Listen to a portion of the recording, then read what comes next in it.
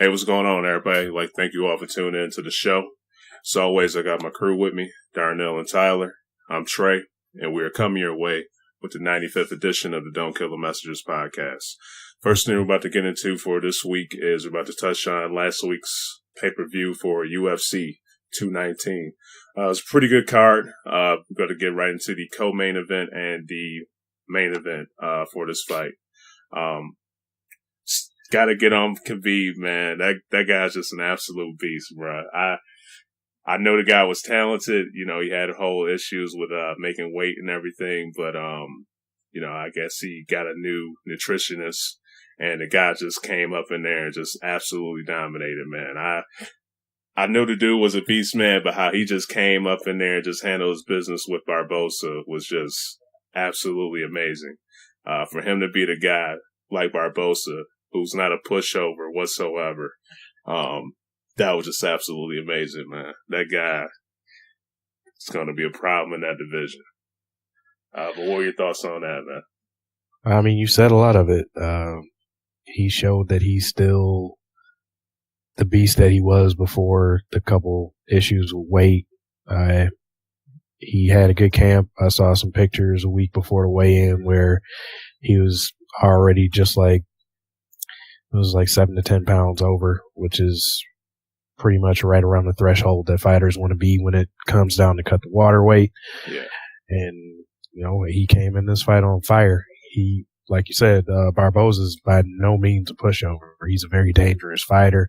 He even landed some shots. But yeah, nice little leg kicks, too. I was talking about that last week, and he ate him and did what he did. Yeah. And he closed distance well. He got 4 takedowns, and when he got a takedown, he controlled it. It was a textbook Nurmagomedov fight, and I think he made his claim where he should be lining himself up to fight either Ferguson or if McGregor ever decides to fight him. Yeah. But yeah, just too, man, you know, he got dominated. He's still my guy, Barbosa. Just hella toughness from that guy, man, because he was eating some punches. Had to have been exhausted, man, from just defending all those takedowns and just dealing with that pressure that Khabib was just putting on him, man. So even though, you know, I'm pretty sure he would have liked to perform better in that fight, man, it just really just shows his overall toughness. So hopefully he can just rebound from that. But man, Khabib, yeah, I can't say anymore. That was just one of the most impressive fights I can say I've seen in a while. Only thing I would like to see him finish it. But other than that, man, he just looked remarkable. Was landing some good shots, doing the takedowns and everything, but it was absolute beast. Well, as far as the finish goes, I think, like you said, I think that's more of a testament to the toughness of Barbosa. Yeah. Because he took a pounding. A lot of people turned over and tapped strikes after a while, but he kept trying to work and trying to get out of things. He was trying to look for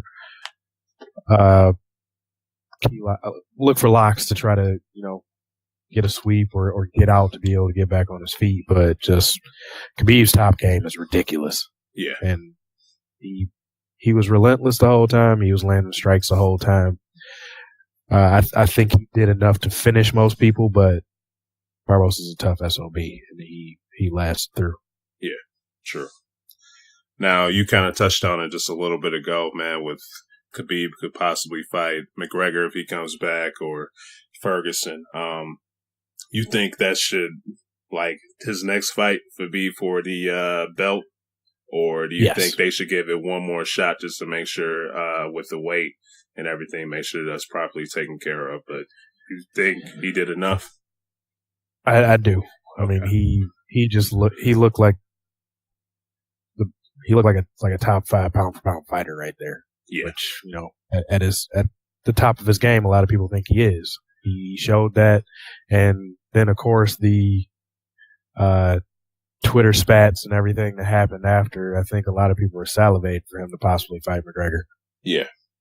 So, I think McGregor would probably just call in retirement, man, because you know I always question McGregor's condition and everything like that. So if he gets in there, man, if he could deal with him just being aggressive on him and everything like that, like he was against Barboza, he's gonna give him hell, man. So he needs to throw that towel in if that's the case. But yeah, that's the kind of fight that doesn't look good for McGregor unless he's able to do what he does and get in somebody's head and make them fight outside of their style. But if they match up and Khabib he fights like that, it would be a long 5 rounds.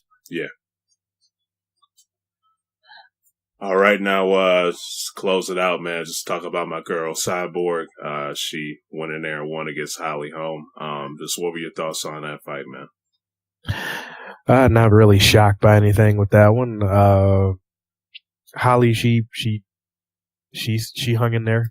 Basically, like we were talking about with the other fight, she hung in. She tried to do the best she could, counter striking. Landed some strikes. She didn't just get steamrolled or anything, but I don't think she did enough to win a round. Yeah. And Cyborg show why she's Cyborg. Yeah. So I guess that was the next best try that the UFC could do, but it's to the point now. Can we find somebody to give her a run?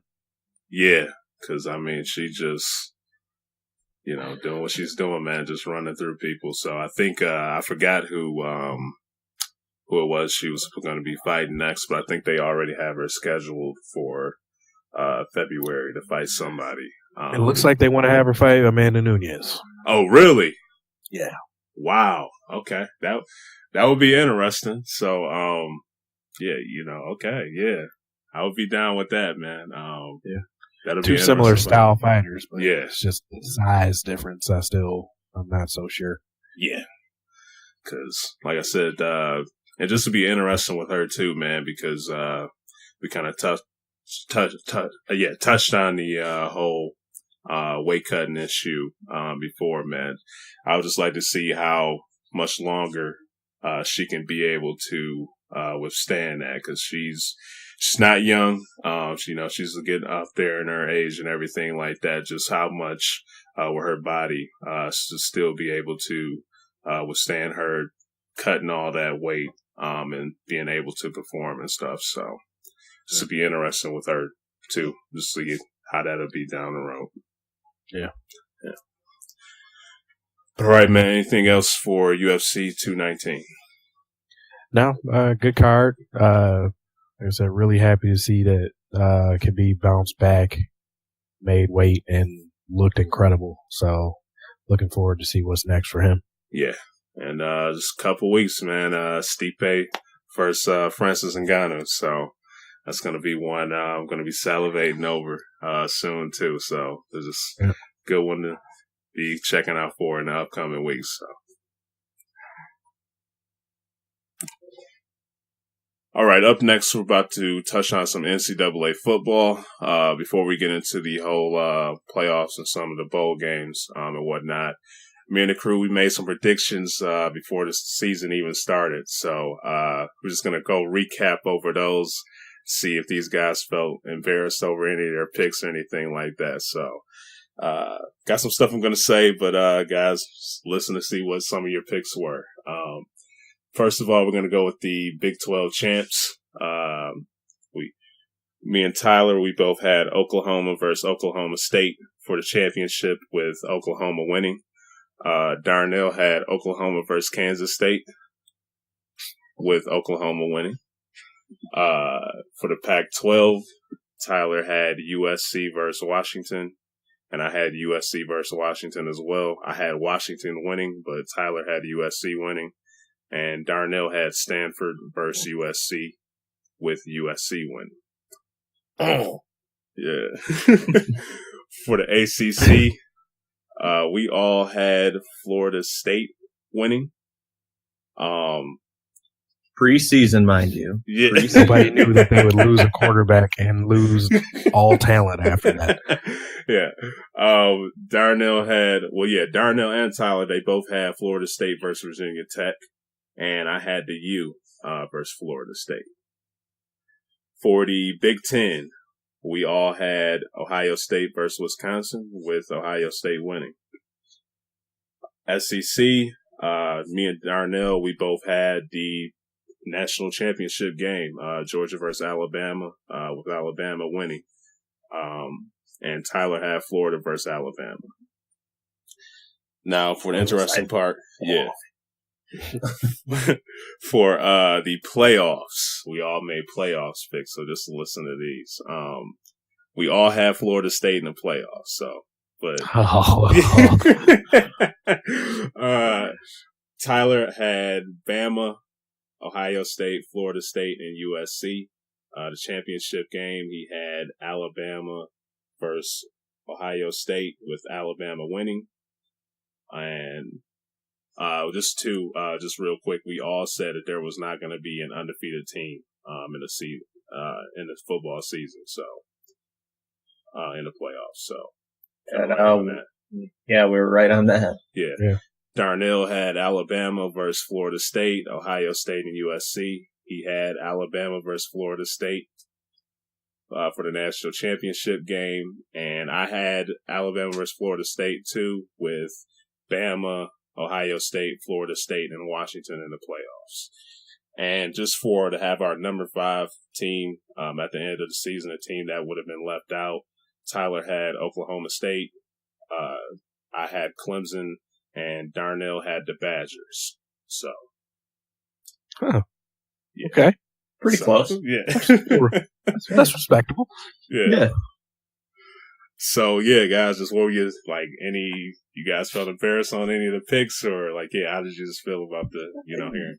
I don't think any of us could really feel too bad about picking Florida State. I mean, they had all the preseason hype and everything. Then Francois goes down. What was that? The third or fourth quarter of the first game, and like Darnell said, everything went wrong for them. They turned to a train wreck. Yeah.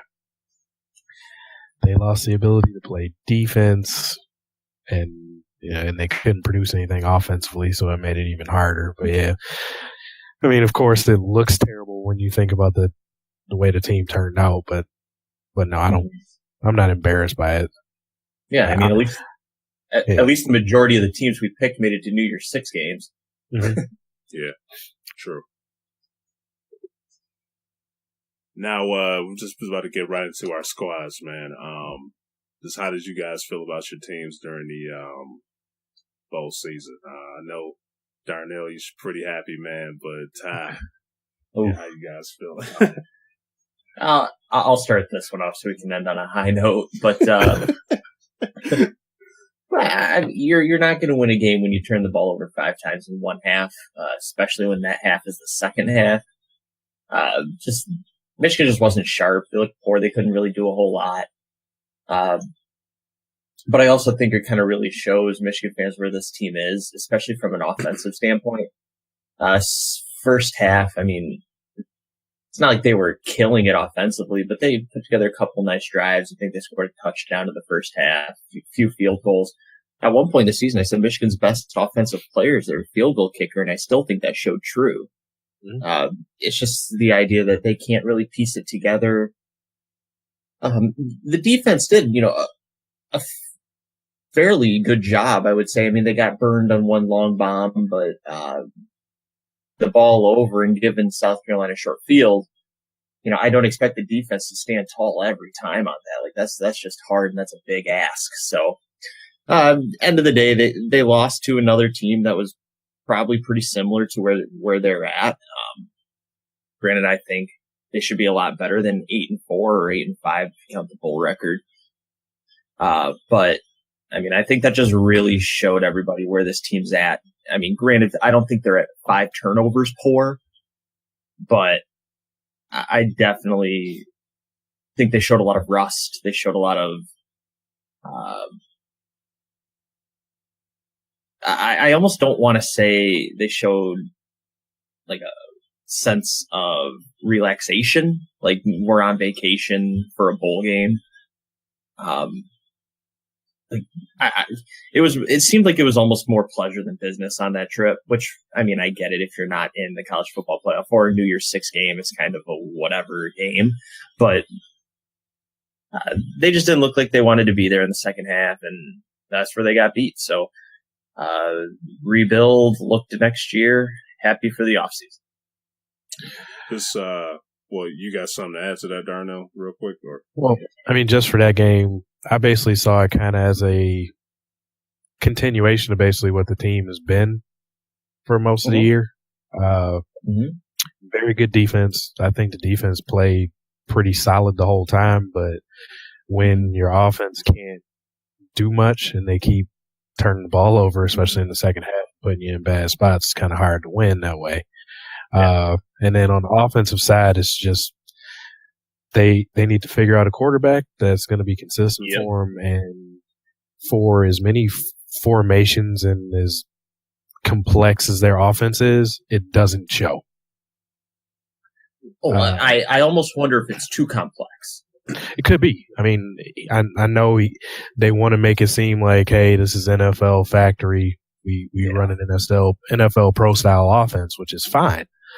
But if you have that kind of an offense and you have your head coach is supposed to be a quarterback guru, you pay a passing coordinator $1 million and you finish the year with 9 passing touchdowns. Yeah. I think that shows something needs to be done. So I think Harbaugh just kind of needs to see that they have to open up and do something with that offense. I will reference our Twitter conversation where you said you pay a passing coordinator $1 million and this is what you get. My response is from the Cleveland Browns. What more can you ask for? Yeah. So this is what you get from the Cleveland Browns. Mm-hmm.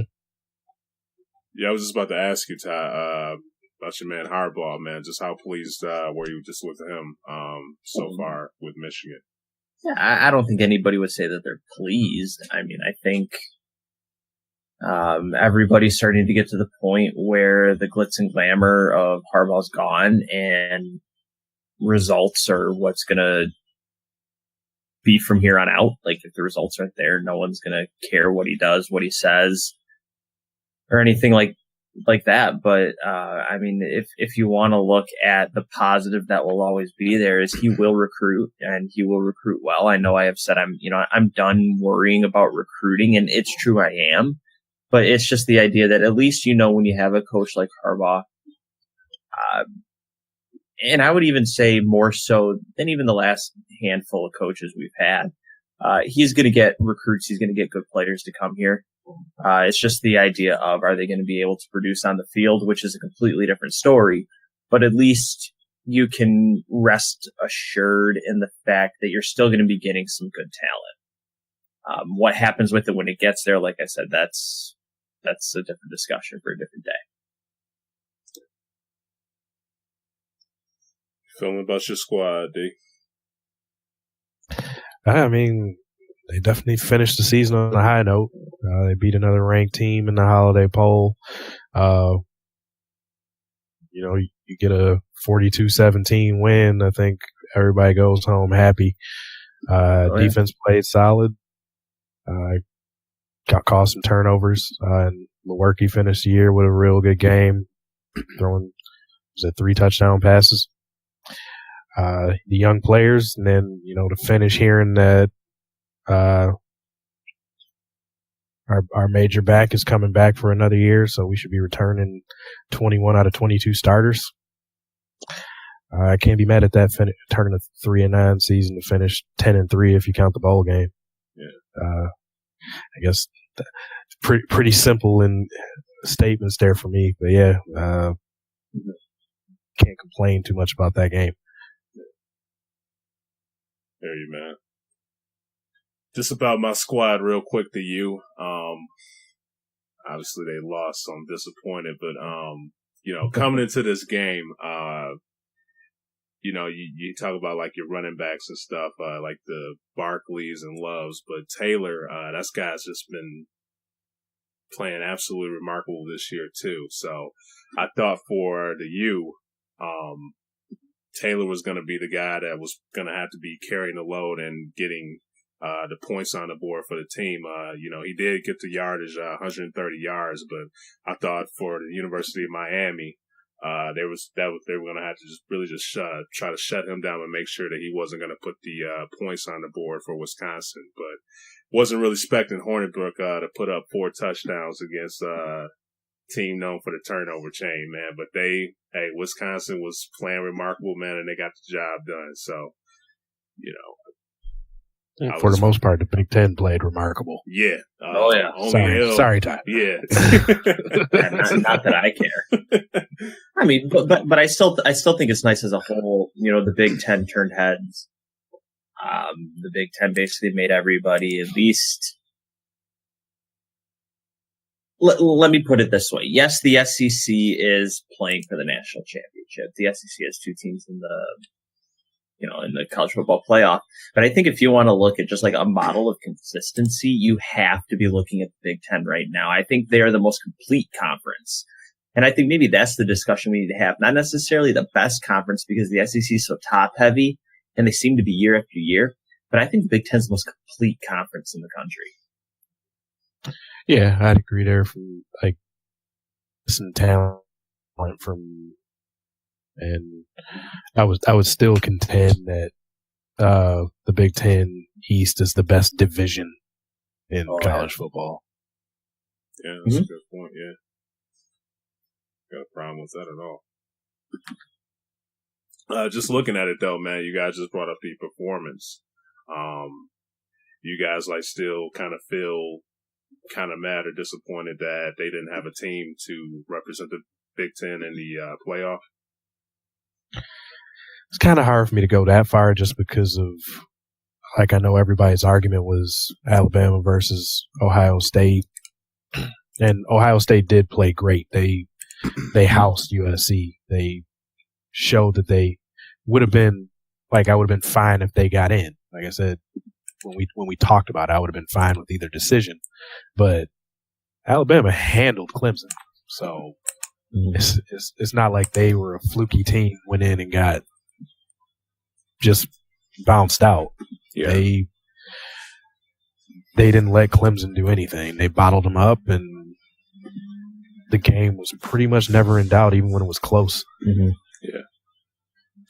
So yeah, I'm glad the Big Ten represented to show you got to start showing this conference respect. Yeah, we had the 2 trips to the college football playoff where they got blanked. Okay, that happened, but they matched up with SEC teams. They matched up with Pac-12 teams. They matched up with everybody, and we took care of business. So I think it's time to show respect for how good our conference is. At least to that point, I think the Big Ten's full season, just as a whole, at least gave them the right to. And I don't want to say be back in the discussion because I don't think they were ever out, but I think it gave them some benefit of the doubt for next season, where if there is a close call between a 4 and a 5th team, and that 4th team could possibly be a 1-loss Big Ten team versus a 1-loss whoever. And I think that, if we're looking at, possibly Ohio State, Wisconsin, Michigan State, I don't care at this point. I think that if there's, that between a Big Ten team and somebody else, I think the Big Ten will get that slot just based off of the 7-1 conference bowl record. As long as they can get a team that's looked impressive enough all year to be in that 4th spot next year. I'm not saying just because there's a team with 1 loss doesn't means they're automatically in. I don't want to play it like that. But if you get a team that can come out of that East side with, I don't think there's a way you can keep them out now. Yeah. All right, guys. Now we're about to shift right over to the playoffs, the games that we had last week. First, we're going to touch on Georgia versus OU. Not the Grizzlies, of course. What a game! Yeah, but just what are your thoughts on Georgia versus Oklahoma? Crazy game. Yeah, yeah. I was gonna say just weird how that one played out. Very shocked by that too, man. Yeah, I thought there was going to be a little bit more defense, but y'all go ahead. I mean, it's one of those like where you will consider it an instant classic. Like I'll watch that game if a replay is on ESPN or SEC Network or something like that. I definitely give that game another run whenever I see it. But I mean, just the swings you get. OU jumping out to that early big lead, but how often do you see a comeback like that happen with running the ball? Yeah, Georgia did not go away from what they were. They're like, hey, we got a freshman quarterback who's solid, but we got two horses, and Chubb and Michelle. Yeah. So they started giving them boys the ball, and I mean, even when they were giving up points, they were still getting huge chunk plays running it, like 15-yard run here, 30-yard run there. So seeing that, it was just like, man, if Georgia can start getting stops, it's going to be some pressure on OU, and that's what happened. They did that. There was some questionable stuff with Oklahoma, like late in the game, how they seemed to take the ball out of their quarterback's hand. Like they started running the ball when you got Baker Mayfield, you got a Heisman Trophy winner, and you don't start running some RPOs with him or something, get them outside, roll them out. But it was a fun game. You got overtime. You had all kinds of drama. But yeah, great game. Especially over the last couple of years what the semifinal games have been. This was a great way to start. Yeah.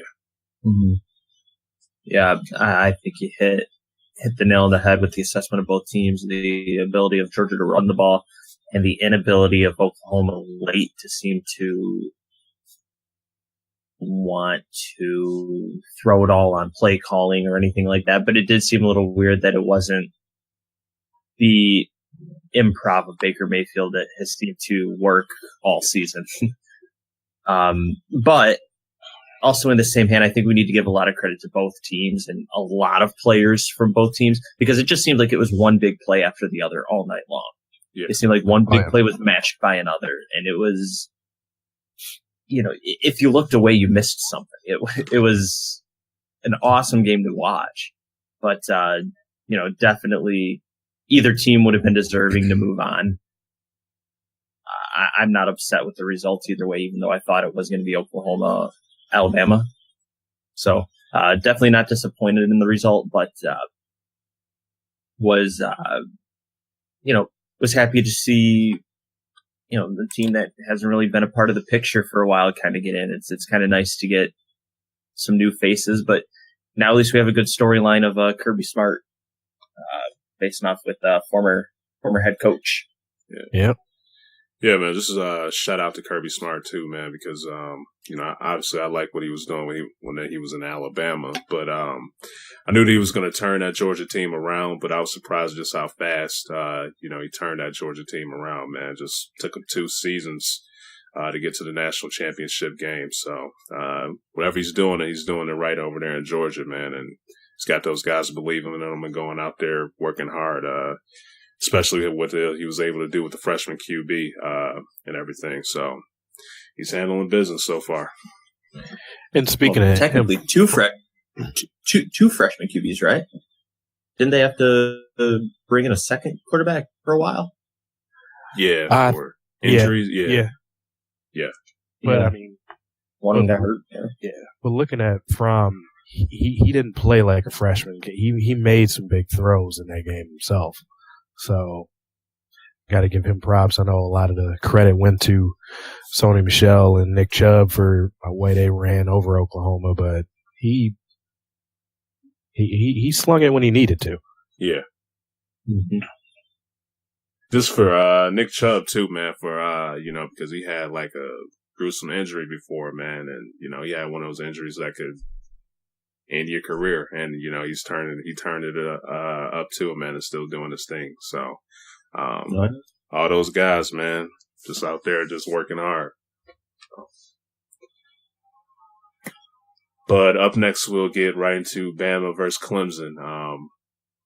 What did you guys think about this matchup? Yeah, for me, I never really felt kind of like what you were saying about Ohio State there. Now, I never really felt like this game was in a lot of question. As much as I wanted it to be, I wanted it, to go down to the wire, just kind of like Oklahoma, Georgia did. But I never really felt like Alabama was letting it slip. The thing I think I'm most fascinated by with Alabama is the fact that they always find a way to keep you on your toes, whether it's a trick play, whether it's, defensive touchdown. They find so many ways to beat you without it being their offense. It's unbelievable. It doesn't matter who the coordinators are.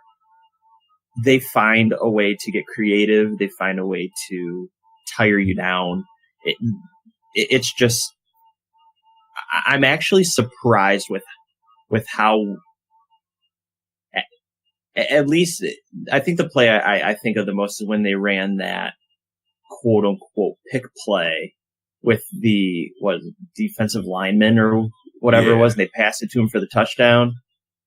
I think that play sticks out because I just kind of feel like there were some plays where Clemson, who had a very good defense all season long, looked like they were just getting burned so easily. For Alabama's just kind of all over them, even though, the score wasn't exactly a huge blowout by any means. It does seem pretty amazing how easy Alabama can make it look. Sure. You got anything else to add to that, Darnell? Yeah, that was just one of those Nick Saban specials. That's the type of game he loves. Like you said, Ty, it wasn't a blowout, but it was, I guess, if you want to say. 'Cause if you watch that through midway through the second quarter, you're pretty much like, okay, this is over. It's not happening. Just Nick Saban schemed it out. I think he knew there's no Deshaun Watson there now. Kelly Bryant is a solid quarterback. He's a decent quarterback, but he's not that special quarterback that they had. So Alabama schemed it out where they put it all on his shoulders, where Kelly Bryant was going to have to beat him, and that was not a possibility. They were all over him. They wouldn't let him really run or make plays with his legs. They caused two turnovers from him, 2 picks. One to, like you were saying, Ty, to Deron Payne. The big fella gets the interception, and a play later, he's catching a play action pass for a touchdown. Pretty much after you see that, it was like, yep, just start printing shirts for an all SEC championship game. But yeah, it was just one of those traditional Alabama slow cookers. Mm-hmm. They put you over the fire for a few hours, and by the end, you're well done and ready to eat. All right, guys. Let's just get right into the championship game, Alabama versus Georgia. Just what are your thoughts on this matchup? You guys kind of touched on it before, but former colleagues going up against each other, and Saban and Smart. So what are your thoughts on this matchup? Well, we got another version of Saban versus one of his proteges, and he still hasn't lost to one of them. Yeah. Everyone he's been able to best. Georgia's probably the most talented team of his assistants coaching to come up against him, but there's so much of a mirror image of Alabama. I just don't know if they're going to be able to do it. That's a good point. I don't see holes like they opened up against Oklahoma. I can't see that happening against Alabama. Yeah. And I was going to say, I think the key is going to be, are they going to be able to run the ball? Because if they won't be able to run the ball, they're going to struggle. Mm-hmm. So, yeah, I mean, I just think this is going to be just your smash mouth, like, two pro-style teams going at it back and forth. Is going to be a great game to watch.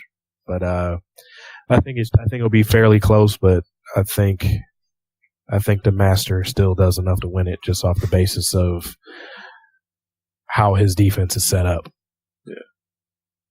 Yeah. I think the Alabama defense will shine.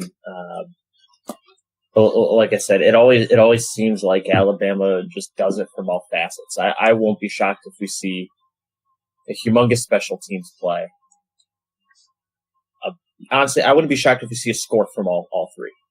Special teams, defense, offense. I would just not be shocked. They always find a way to at least score two of the three in the big games. But to me, I think it's just a fact that, I think Jalen Hurts has been here now. That's huge. This is not uncharted territory for him. Territory for probably 90% of this Alabama team. Nobody from Georgia has even sniffed this. It's going to be, I think we're going to see just a gem from Nick Saban. Like you said, it's going to be, I think it's just going to be another slow cooker type game, as you said, Darnell. It's going to be teams, trenches, and who's going to be the team that can just do it longer. And it always seems like that tends to be Alabama. But if Georgia's gonna beat them, they're gonna have to find a way to at least be respected in the run. And I think that'll take them a while to establish. Now, I'm not saying they can't pull off a long one early while the jitters are still getting out, but I think even if they break an early big one, they will still struggle to run the ball for another couple quarters. I was about to ask Darnell, man, you really trust Jalen this time around? I mean, I trust him not to just give the ball away. He still showed some of the issues that I have with him in the game against Clemson. I don't know if you guys would remember it, but I think it was early second quarter or late first quarter, he had Calvin Ridley streaking down the right side of the field and underthrew it. Yeah. Mm-hmm. Yep. And let the defender catch up to it. Like, it was a sure touchdown, but he couldn't hit him. Like, those are the types of plays from Jalen Hurts where it's like, come on, just if he was a little bit better at throwing the ball, he would be that much more dangerous. But I mean, I think the game plan will be set up for his strengths. So they'll try to get people sitting down in space where he can throw it, or give him those type of fly routes because his arm is strong and usually he has a touch for it, but just it's not always right on target. Yeah. Because we're gonna get into the picks who we got in a minute, but Jalen, he's my X factor for the Alabama team, man. I just think if he, already know he's pretty good on his feet, just being mobile, but just when it comes to passes like that, which you brought up, Darnell, I just think Kirby's a smart guy. I think he's gonna go out there, man. He's gonna have that defense out there trying to contain him and put him in some situations where they're going to test his arm. So that's just what I'm thinking. I do think this game is going to be close, but Jalen's just my X factor for the game, man. So I really think this is going to be on his shoulders to win it for the Alabama team. So yeah, I think both teams, their MOs going into this game is to make both quarterbacks have to beat them. Yeah. Mm-hmm. But all right, guys, we'll do score too. But who do you guys have winning in this game, and what's your prediction for the score? I'm going Roll Tide 28-23. Yeah, I got Alabama as well, but I'm going to go 27-21. Okay. I'm going to have Alabama too. I got them 24-20. So no barn burners. Yeah, so we're going to see, man. Like I said, I think this is going to be a very close game. It's going to be really competitive, man, just with these coaches knowing each other so well. I think Kirby's going to be on the sideline and he's going to know what Saban's going to be calling, and I think Saban's going to know sometimes what Kirby's going to be calling. So it's going to be a good chess match between these two. It's going to be a fun one to watch for sure. Mm-hmm. But guys, anything else to add for NCAA, this national championship game, or anything before we move on? Can't wait to watch. Yeah. Yep. Just say, I just give a shout out to myself for beating you chumps in the NCAA bowl game pick'em. So, got to give myself a pat on the back. I triple crowned it, man. I won the regular season, won this one, and I shared the NFL pick'ems with Darnell. We tied. This was close. Tyler, you really stepped your game up, man. I was worried you was going to actually pull a win over both of us, but for the NFL pick'ems, you couldn't get any closer to this. Me and Darnell, we tied for first place, 46 out of 87, and Tyler made like a crazy comeback with 45 out of 87. So it would have been crazy if we all tied, but it was interesting. But for the NFL, man, we've got to touch right on Detroit. What are your thoughts? Well, first of all, before we get on Caldwell, just what are your thoughts on this season, guys? For the Lions, or? Yeah, the Lions. I mean, SOL. Yeah. Same old Lions. Yeah, super disappointing. I think it was pretty obvious that everyone needed to slow their roll after going 2-0. I mean, we saw what the Giants turned into, but we also saw what the Cardinals turned into. But, I believe at the beginning of the season, I said the Lions at best will be 10-6, and they were 9-7. Yep. I mean, can't say I was super far off, but it's the idea that the Lions just need something to change, and it's so hard because we can't pinpoint it. The defense is getting a lot better. The offense is getting a lot better. The special teams is getting better, but it's just, is it the coaching? I don't know. I mean, I think we can all agree in the last 2 years, Stafford's taken a step up. The only thing that I don't see improving is the run game and offensive line. And maybe that's it, because you could talk about the pass rush all day long, and that's fine. And a lot of people like to pound that into the ground. But I'll tell you what, the Lions, I feel like, had one of the better secondaries this year. And I can't really say too many teams were burning them bad off on our defense. So the inability to run the football is just unforgivable, especially when you're looking at all these teams that are doing it with, at least 2 running backs consistently, where the Lions can't even get one to rush for 100 yards. It's sad and pathetic, but in terms of the season, like Darnell said, it's the same old Lions. I mean, Rodgers goes down. Technically a third string quarterback's the starter now for Minnesota, and they blow past you in the division. Just awful. Just absolutely awful.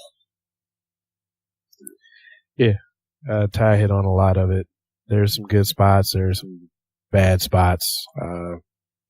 Specifically the running game, like you said, that has to be what they're looking for coming into this offseason, whether they can get a reasonable free agent or go ahead and draft from this crop that should be coming out in the draft this year. But yeah, as far as their season goes, this was definitely just the Lions. They stay close enough in the playoff hunt to keep the fans interested. They stab you in the heart just when it's about time. Oh, yeah. And that was just another season of that happening. So, but I guess at least it came to a point where the upper management is looking like they want to actually start making some changes now.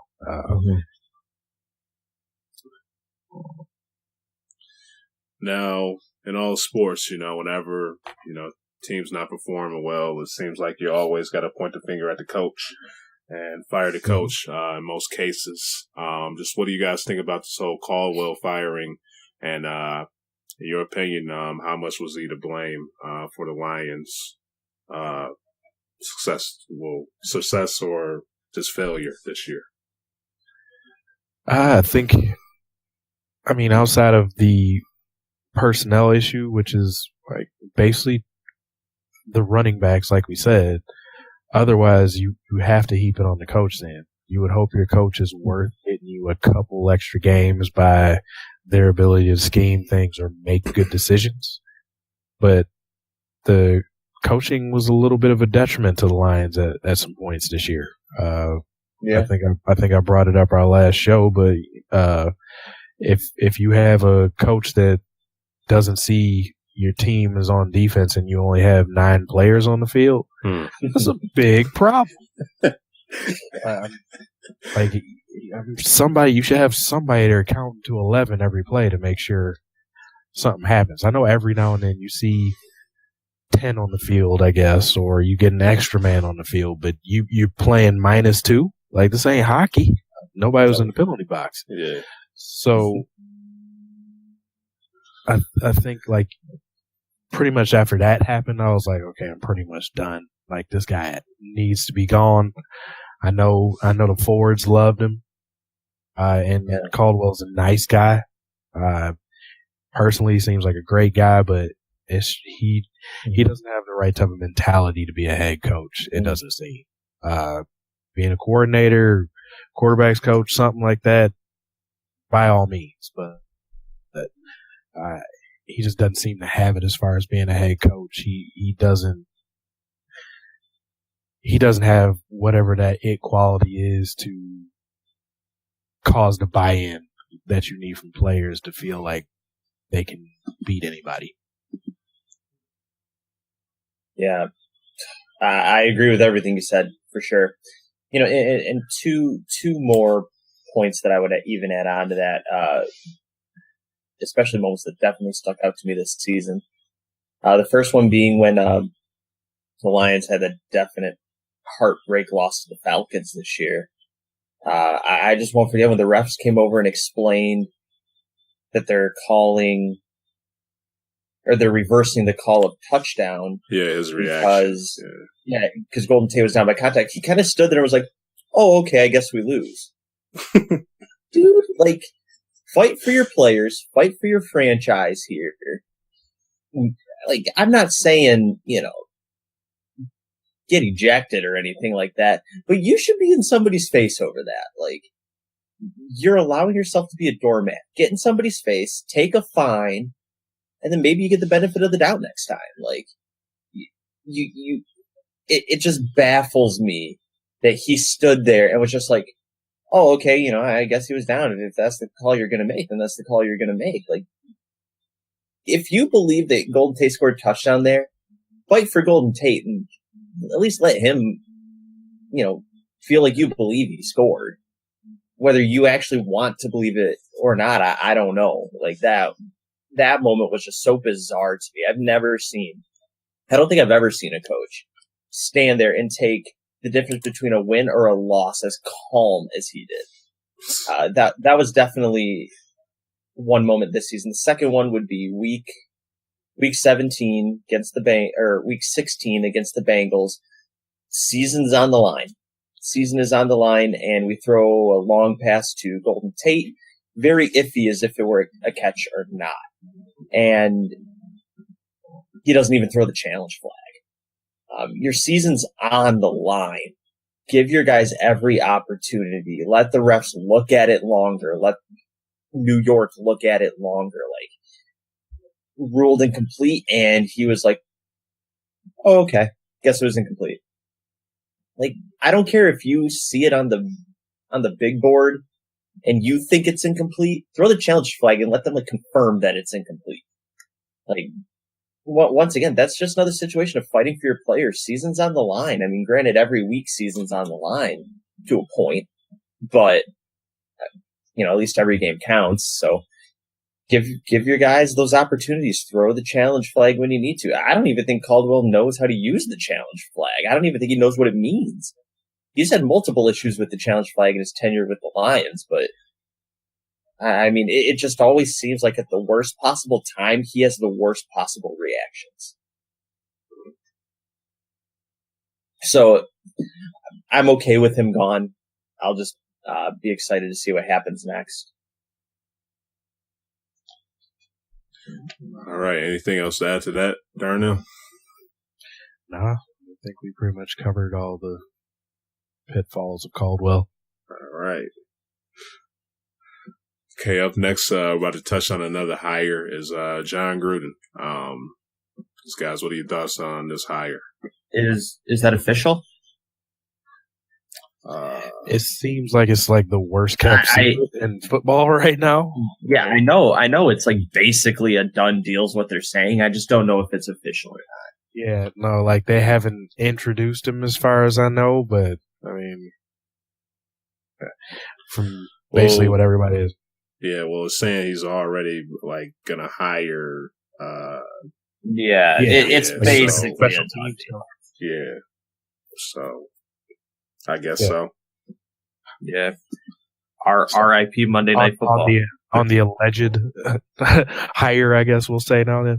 Yeah. But I mean, it's big news. I'm not sure really how much better he makes the Raiders or not. Is he still the same coach that won that Super Bowl in Tampa Bay? Yeah. Yes, he's fun to watch on TV. He's fun to watch when he's doing the QB camps during the off season, you know, getting excited with players and rattling off play calls, Z-Fire, Thunder, 44, whatever. Banana. Yeah. But I'm interested to see if he still has it because it's been, like 9 years or something like that since he's coached an NFL game, at least. Yeah, it's been a while, man. Yeah. So, So, I mean, a lot's changed. It's kind of a different league from back then. Yeah. So, I guess we'll just see. That's my approach to it. I'm excited for it because, you know, everybody's been he's been the big name pretty much every offseason for college and the NFL for any open position. Like, he seems to always be on somebody's short list, but for it to seemingly actually be about to happen is pretty exciting. Yeah, definitely exciting. Won't disagree. Like I said, R.I.P. Monday Night Football. First Mike Tirico and now John Gruden. Yeah. But one, I think it'll be interesting to see who they have replace him as long as this deal goes through. He'll be a tough personality to replace on Monday Night Football because I know a lot of people watch it just to hear him say, "Oh, Matthew Stafford can fit that in the turkey hole." But you know, I have such a hard time with the quote unquote sexy hire. Watching the debacle of Michigan football not being able to overcome obstacles. I wonder if John Gruden being a hire is going to be nothing more than a soundbite. Is he going to be able to produce? Is he going to be able to, you know, get the Raiders over the hump of the AFC West? I don't know.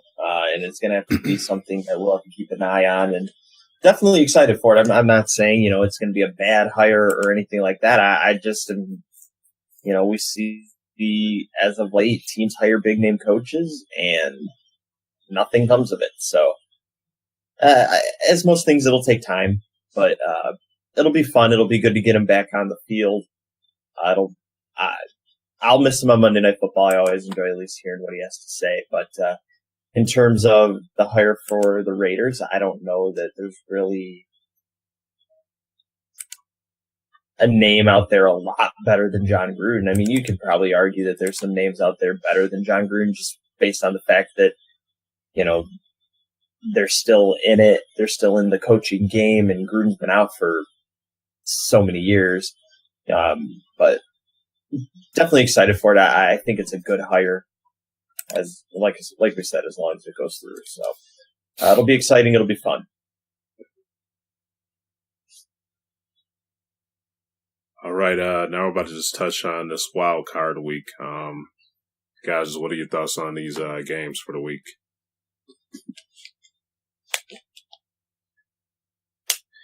We got some interesting matchups. I think each game should be a good one to watch. I'm not saying any of them have a whole lot of like blowout potential where somebody just doesn't show up. I like the matchups. Chiefs and Titans. The Chiefs have been kind of up and down all year, kind of similar to the Titans. So I'm looking forward to that. You got the Falcons trying to see if they can get over the hump and try to make it back to the Super Bowl, but playing against a Rams team that kind of mirror my college football team. Were terrible last year, and now they're world beaters, it looks like. And then even that Bills-Jags game is kind of interesting to me because, the Jags are they're kind of like that old school Ravens team that won the Super Bowl. And that they're going to the Super Bowl, but they have that defense is lights out, and, they got a quarterback that's questionable. At times they won't let him throw the ball because he's liable to give it away.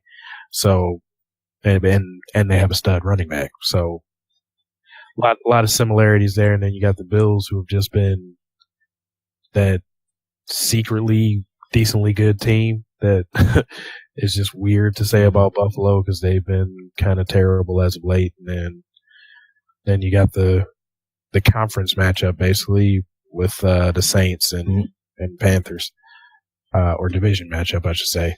So they should be well aware of each other and tendencies and everything, and we should have another solid game there.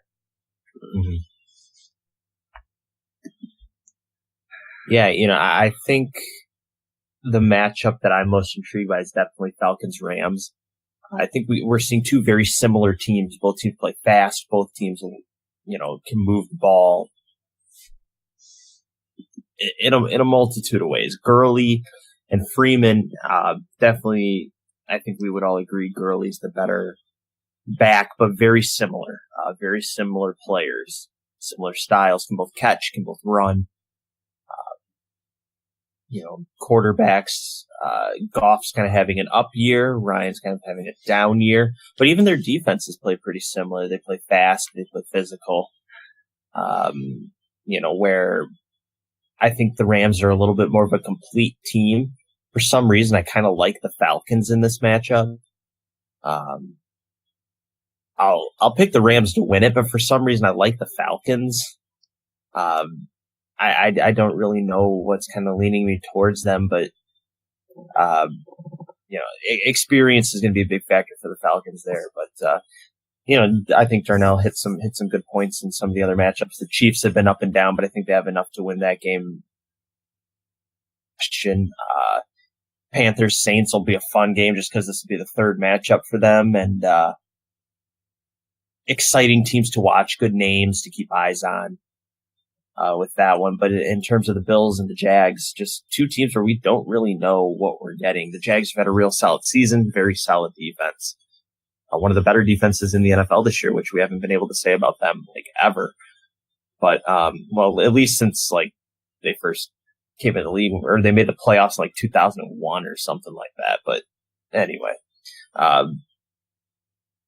like the Jaguars. Very rocky to start the year, picked it up late. They still don't really have anybody to throw the ball to, but Leonard Fournette's kind of the first and second option of that offense anyway. The Bills don't have a lot going for them either offensively outside of their running back. So once again, we kind of got two teams that love to play defense and have a good running back. And that's just about it. So, some good first round matchups, opening weekend for the playoffs should be fun. I think the NFC games intrigue me more than the AFC games, but the most interesting game of the weekend would definitely be Bills Jags.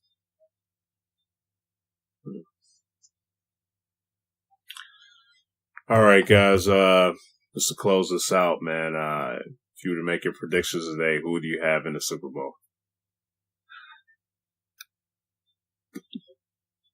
Oh, jeez.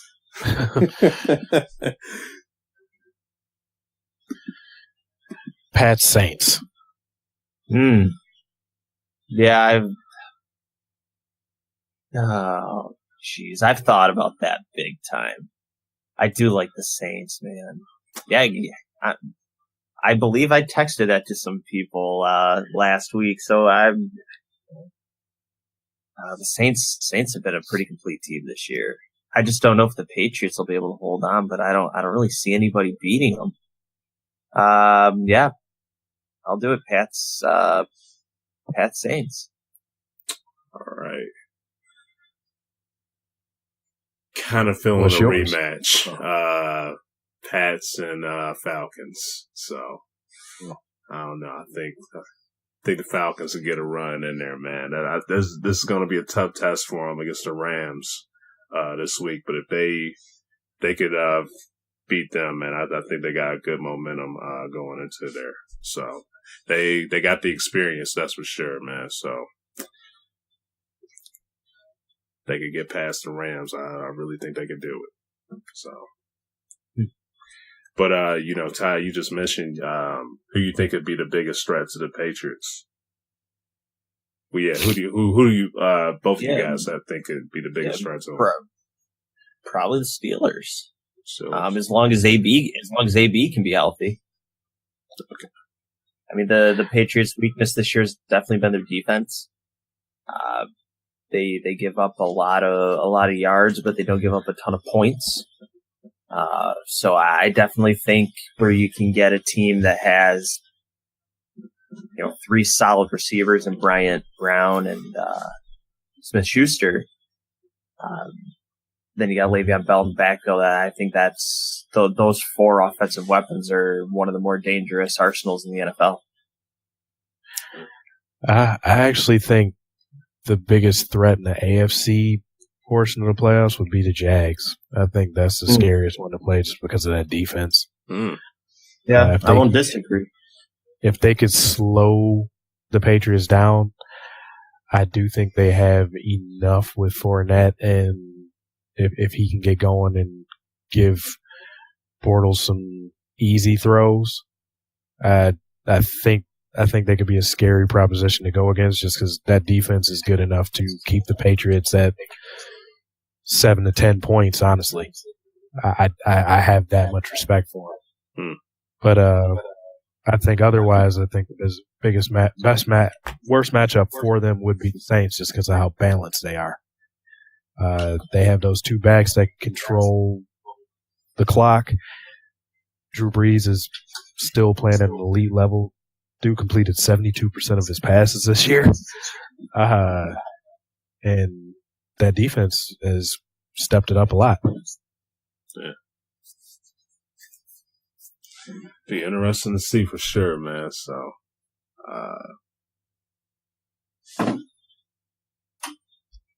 see if Brady can pull it off again and everything, but we'll see. Now, y'all think for the favorites, y'all got the Pats winning, or? If we got that matchup, I think I would actually favor the Saints for what I call for the Super Bowl. Okay. Yeah, I would probably favor the Saints there too as well. I don't know. I just feel like the consistency offensively has been there for the Saints more than it has been for the Patriots. I also feel like the Saints have just seen more defense. Like I said, I think the Saints are. I think the two most complete teams in the playoffs right now are the Saints and the. But I'm honest with you. Yeah, you said the Saints and who? Rams. Oh, the Rams. Okay, yeah.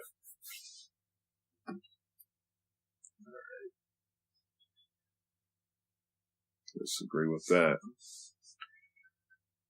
All right, guys. Y'all have anything else to add before we close this out? No. All right, guys. As always, I appreciate y'all for tuning into the show. You can check us out on Stitcher, iTunes, YouTube.